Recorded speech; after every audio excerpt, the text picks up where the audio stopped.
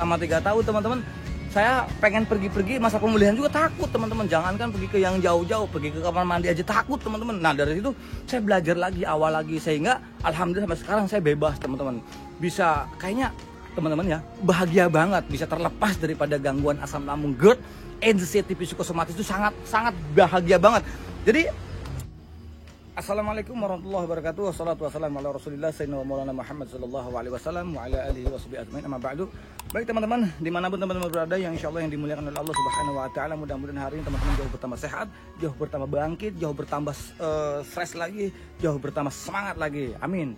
Saya doakan teman-teman yang hari ini teman-teman lagi merasakan gundah gulana, yang sudah merasakan sekian puluh sensasi, saya doakan mudah-mudahan teman-teman jauh bertambah baik, jauh bertambah sehat lagi, dan mudah-mudahan insya Allah saya doakan mudah-mudahan teman-teman cepat sembuh sehingga normal kembali dan sehat kembali. Amin, Allahumma amin.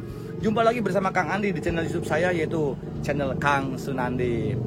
Baik teman-teman, karena kali ini saya bikin salah satu tema teman-teman ya, itu Kang gimana sih menghadapi suatu panic attack ketika datang ya gitu kan. Apa yang harus dilakukan? Mungkin ada beberapa tips dari saya pribadi teman-teman yang yang dikatakan untuk menghadapi panic attack teman-teman. Ada beberapa langkah yang memang harus ketika datang panic attack ke kita teman-teman, yang harus apa saja yang harus dilakukan oleh kita ketika panic attack itu datang teman-teman. Dan terus juga apa sih perbedaannya antara panic attack bagi yang normal yang nggak punya anxiety, psikosomatis disorder, dan orang-orang panic attack yang normal teman-teman. Baik, simak videonya, jangan skip-skip, tonton sampai habis teman-teman, biar teman-teman juga tidak gagal paham teman-teman. Baik teman-teman yang baru bergabung di channel Kang Sunandi, di channel saya, teman-teman yang baru bergabung, yang belum subscribe teman-teman, buat saya pribadi subscribe terlebih dahulu teman-teman, karena buat saya pribadi juga subscribe itu merupakan yang sangat penting teman-teman. Kenapa? Agar video-video saya bisa berkembang dengan baik. Kalau sudah berkembang dengan baik, otomatis itu menjadikan semangat saya untuk terus bikin video-video untuk seputaran asam lambung, GERD, anxiety, psikosomatis disorder, dan hipokondriasis teman-teman. Baik, sekali lagi teman-teman, di sini saya juga bukan ahli, saya bukan dokter, bukan ahli herbal, bukan ahli obat, bukan teman-teman. Saya di sini bercerita tentang seputaran asam lambung, GERD, anxiety, psikosomatis disorder itu teman-teman berdasarkan pengalaman saya yang dulu pernah saya alami teman-teman. Dan otomatis yang teman-teman perlu tahu juga teman-teman, saya menjadi mentor pun juga teman-teman ya. Waktu dulu juga istilahnya pengen jadi mentor, tapi kan berhubungan saya tuh belum pulih, masih banyak sensasi dan sebagainya, saya belum berani teman-teman. Karena apa? Khawatir. Nah gitu, jadi saya bener-bener kalau jadi mentor tuh memang bener-bener 1 tahun tersebut memang tidak ada sensasi, tidak ada pola pikir yang dikatakan yang berlebih, cemas yang berlebih, takut yang berlebih, tidak ada. Jadi saya pastikan bahwa saya itu aman-aman saja. Makanya saya bilang, saya bisa buktikan bahwa saya sendiri teman-teman selama 1 tahun itu sedikit pun tidak ada sensasi. Alhamdulillah teman-teman, sampai saat ini sehingga saya pulih total. Bagaimana cara pemulihannya? Saya itu tanpa obat, tanpa herbal teman-teman. Saya tidak minum obat, tidak dibantu dengan herbal, tidak teman-teman. Saya bisa sehat sembuh total itu karena saya menjalankan metode-metodenya seperti jalan kaki dan sebagainya teman-teman. Mungkin saya akan ceritakan, dan belum video-video sebelumnya juga udah saya terangkan teman-teman. Saya sembuh itu tanpa obat, tanpa herbal teman-teman. Baik teman-teman, untuk langsung saja teman-teman, untuk selanjutnya begini. Apa sih perbedaan antara panic attack? Nah, panic attack itu begini teman-teman ya. Panic attack itu adalah suatu gelombang ketakutan yang munculnya tiba-tiba teman-teman. Itu yang namanya yang dinamakan panic attack. Panic attack itu apa Kang? Yaitu panic attack itu suatu gelombang ya ketakutan yang munculnya secara tiba-tiba.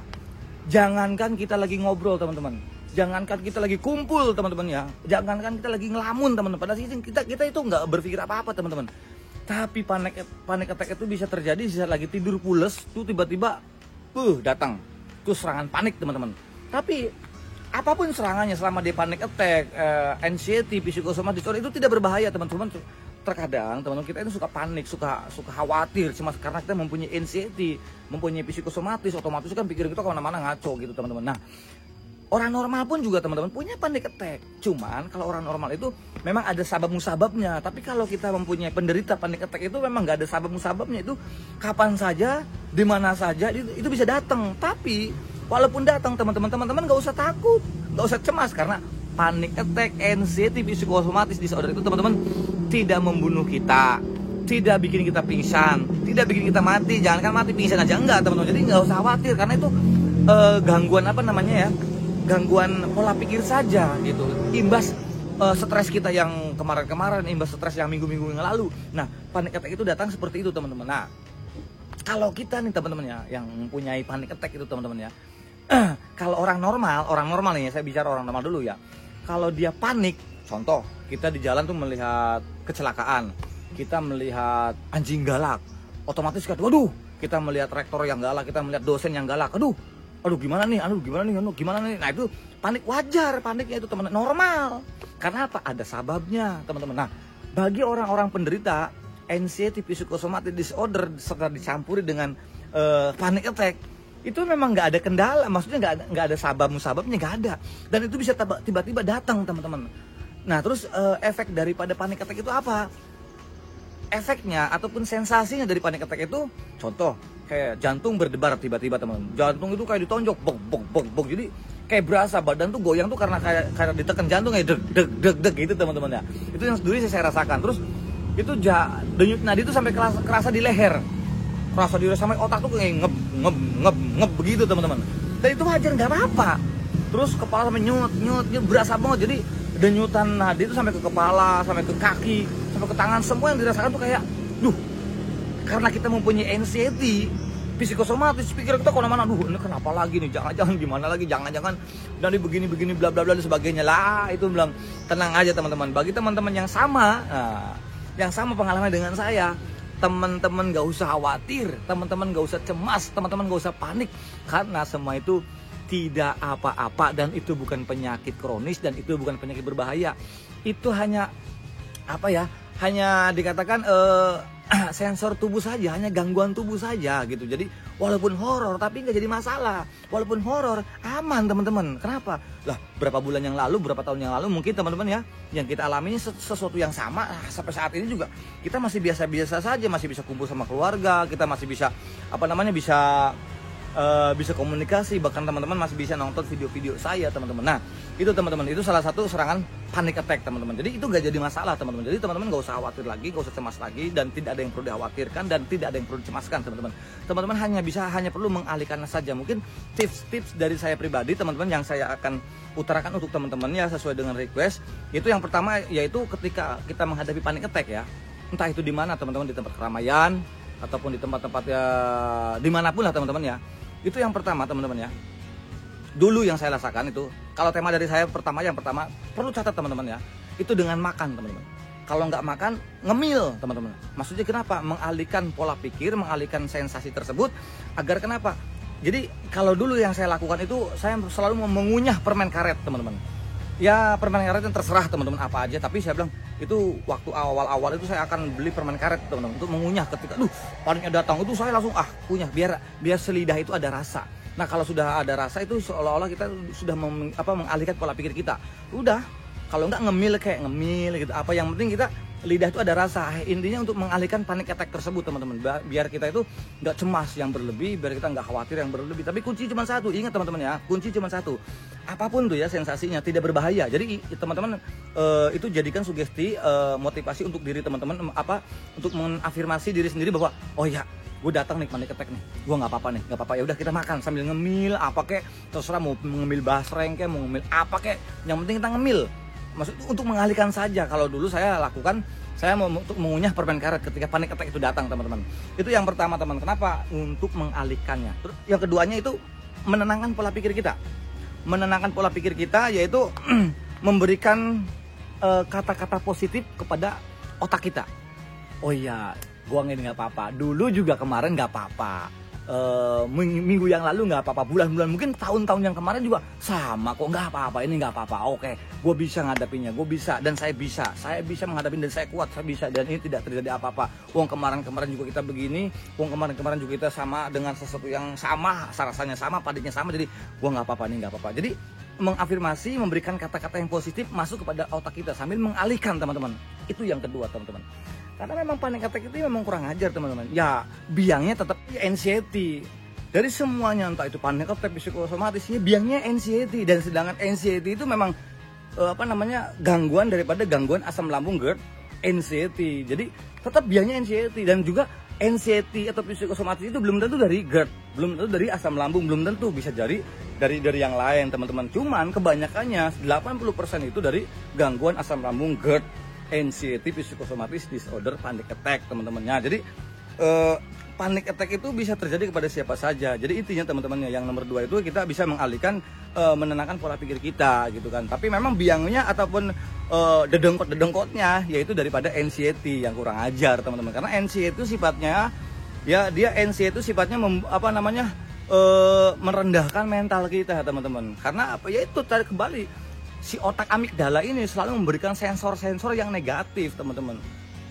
Yang sebelumnya video saya jelaskan tentang amigdala, itu otak kecil yang ada di belakang kita yang selalu memberikan sensor yang negatif. Jadi bahasanya gini, waduh gua kelayangan. Kalau kelayangannya, kalau kita di laut, di tengah-tengah perahu, di tengah-tengah laut, di dalam perahu, kelayangannya wajar. Ada gempa, kelayangannya wajar teman-teman. Jadi amigdala juga nggak kerjanya tidak merespon dengan jadi tidak merespon dengan yang negatif. Jadi oh ya biasa gitu kan. Tapi kalau kita nih nggak di dalam perahu, tidak ada gempa, biasa aja, tapi kok kelayangannya beda.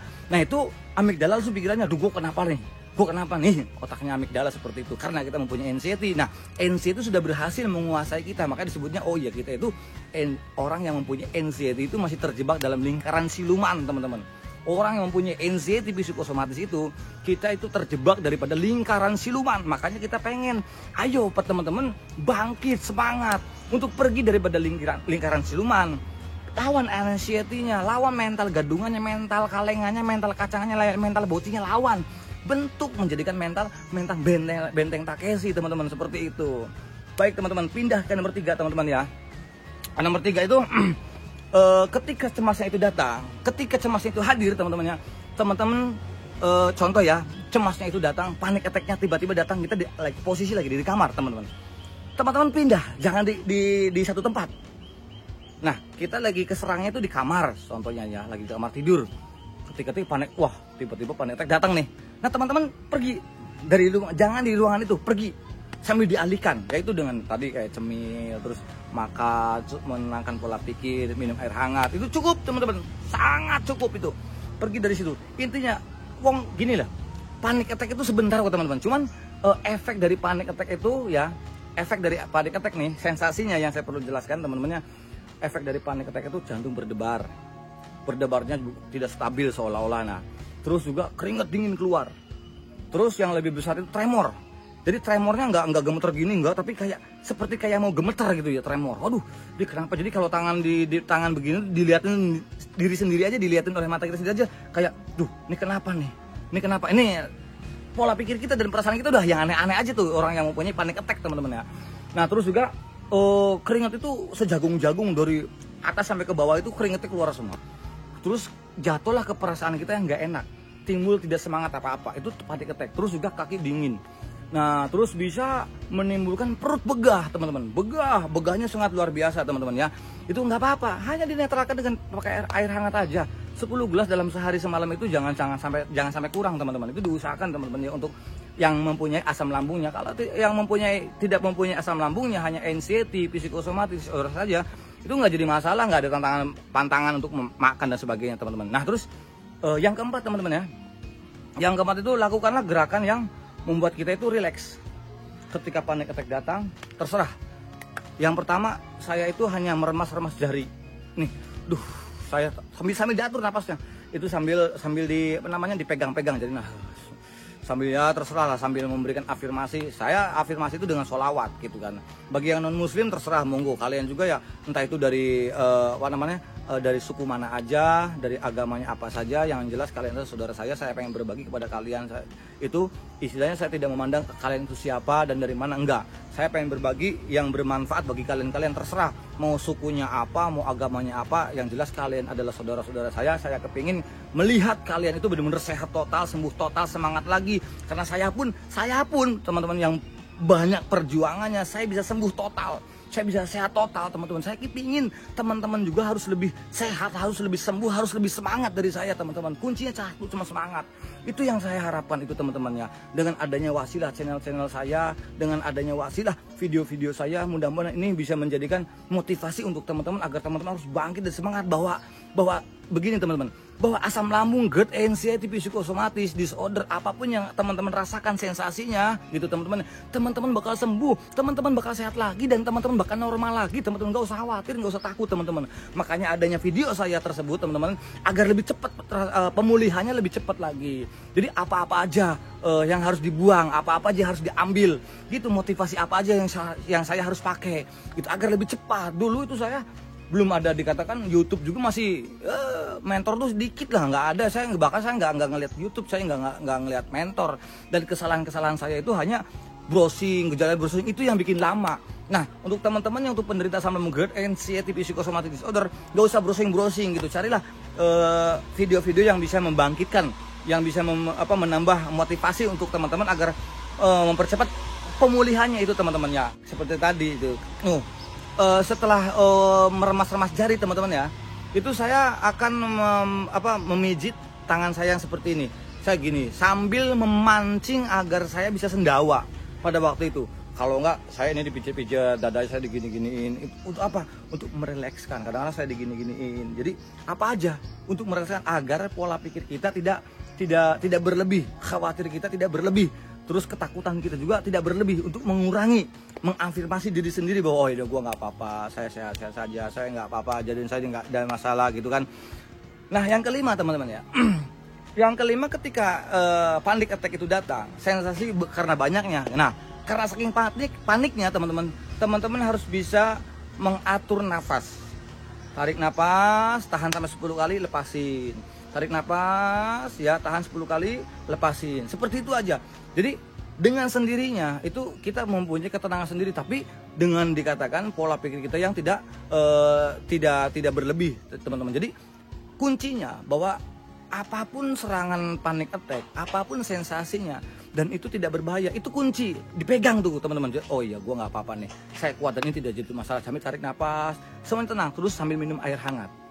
Ini yang keenam teman-teman. Yang keenam itu menepukkan anggota badan, seperti dipegang-pegang, ditepuk-tepukan, digini-gini. Mungkin sudah ada di video-video saya itu sebelumnya teman-teman. Itu kalau ketika panik datang tuh ditepuk-tepukan digini. Kadang-kadang saya memegang pipi saya digini. Dengan pakai nada irama nggak apa-apa, dung tak nggak apa-apa teman-teman.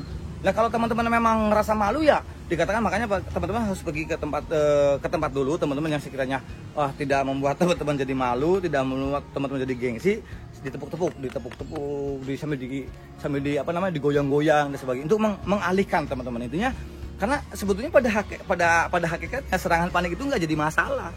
Serangan panik itu tidak menjadi tidak harus dikhawatirkan, tidak harus dicemaskan, tidak ada yang perlu ditakutan, nggak ada, karena ini adalah sesuatu yang normal. Hanya perbedaannya orang yang normal itu ketika panic attack, cemasnya itu dikatakan ada sababnya. Oh iya, melihat sesuatu kayak ngelihat anjing galak, atau ngelihat dosen yang dikatakan yang galak gitu kan, terus atau ngelihat kecelakaan, ataupun ngedengar teman ataupun saudara yang dikatakan kena musibah, itu paniknya wajar, ada sababnya. Tapi kalau yang bagi untuk penderita anxiety, psikosomatic disorder, panic attack-nya memang nggak ada sabab, dan itu bisa kapan saja dan di mana saja gitu teman-temannya.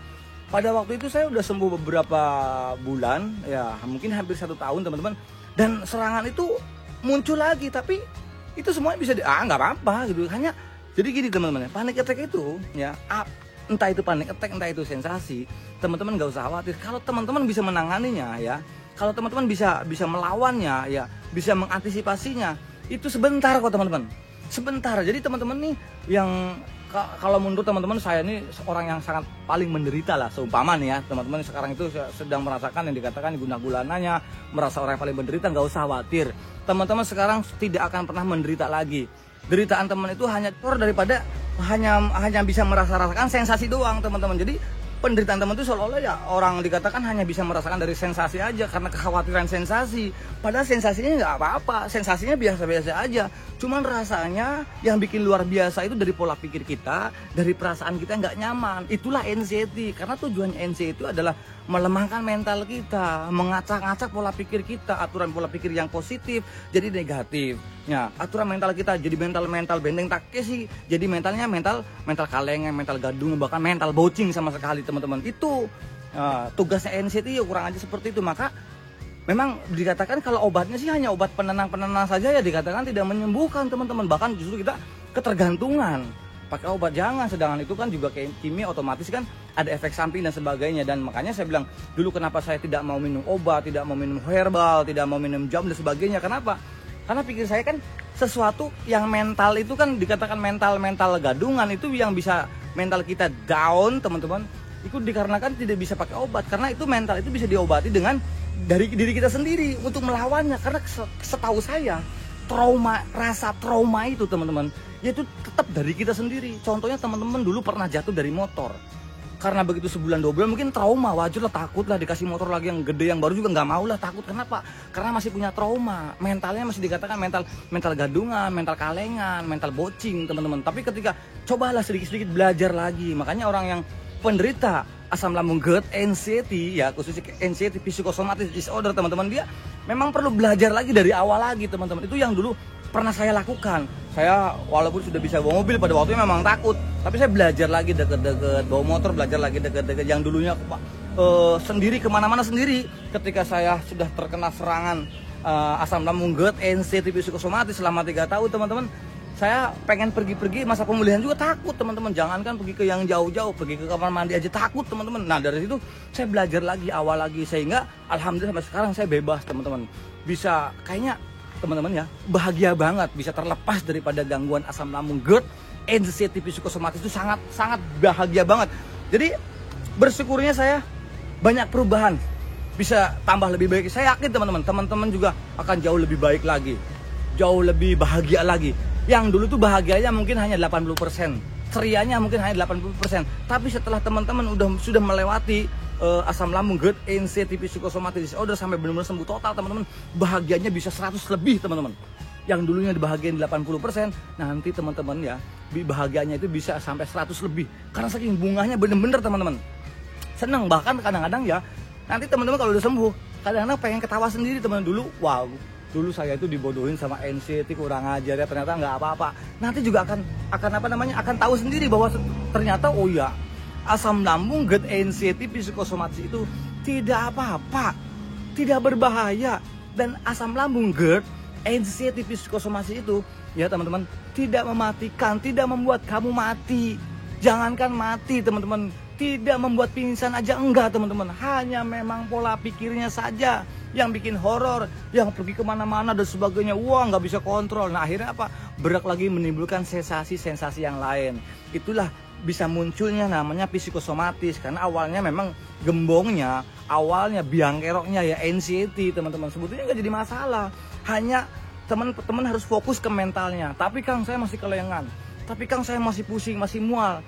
Itu dari pola pikir kita, yang pikiran kita udah capek setiap harinya, bahkan setiap menitnya kita selalu memikirkan sensasi, memikirkan berasanya begini, memikirkan seolah-olah kita ini udah ya orang yang paling menderita, seolah-olah nih hidup saya kok begini banget nih. Yaitu meratapi, seperti buang ratapan tersebut, buang. Terus selain ratapan dibuang, terus yang suka menyangkal, sifat yang suka menyangkal juga dibuang. Mungkin sudah saya bikin video-video yang sebelumnya teman-teman. Jadi ayolah teman-teman harus bangkit, teman-teman harus semangat. Karena dengan untuk menghadapi panic attack ataupun cemas berlebih ataupun serangan panik itu teman-teman nggak usah khawatir lagi, karena itu tidak berbahaya sama sekali teman-teman. Walaupun jantung berdebar nggak bahaya, walaupun kayak dadanya sakit itu nggak bahaya, karena itu bukan jantung sakitnya, dada itu daripada otot dada sebelah kiri kita teman-teman. Makanya ayo digunakan push up, makanya ada olahraga itu biar membangun hormon yang baik. Makanya kita olahraga itu bisa menimbulkan keceriaan, kebahagiaan yang baik teman-teman. Jadi itu hormon bahagia itu nggak ngerti, setiap olahraga itu ya muncul seneng aja.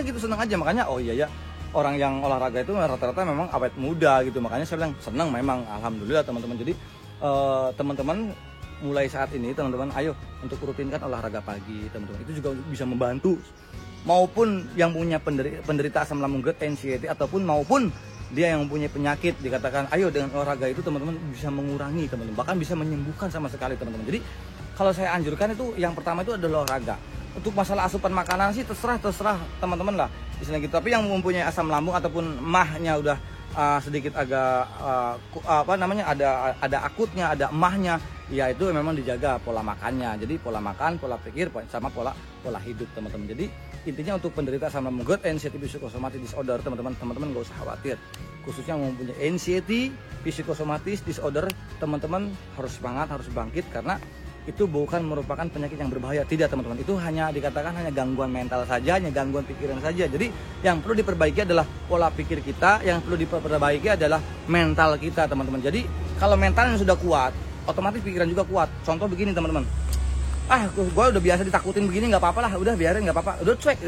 Jadi karena udah terbiasa, ya bodo amat gitu teman-teman. Jadi udah masa bodoh gitu ya, itu udah katakan udah bagus mentalnya. Itu tanda mau sembuh seperti itu, udah masa bodoh dengan sensasi bodo amat, udah biasa inilah gitu kan. Wah ada serangan panik datang, masa bodoh biasa aja, udah paling 10 menit, paling juga 5 menit udah bisa mengabaikan. Nah, itu tanda orang dikatakan mau sembuh daripada anxiety psychosomatic disorder teman-teman. Jadi ayo teman-teman bangkit, ayo teman-teman lebih semangat lagi.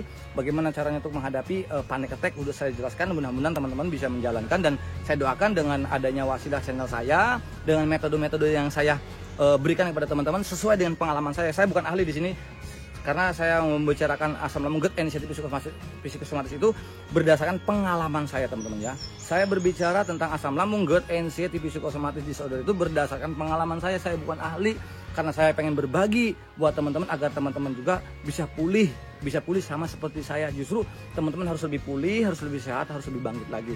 Itu saja yang bisa saya sampaikan. Al-insan dan makan khotowanisan, saya manusia biasa, tempat salah dan khilaf, jadi mohon maafnya barangkali ada salah-salah kata.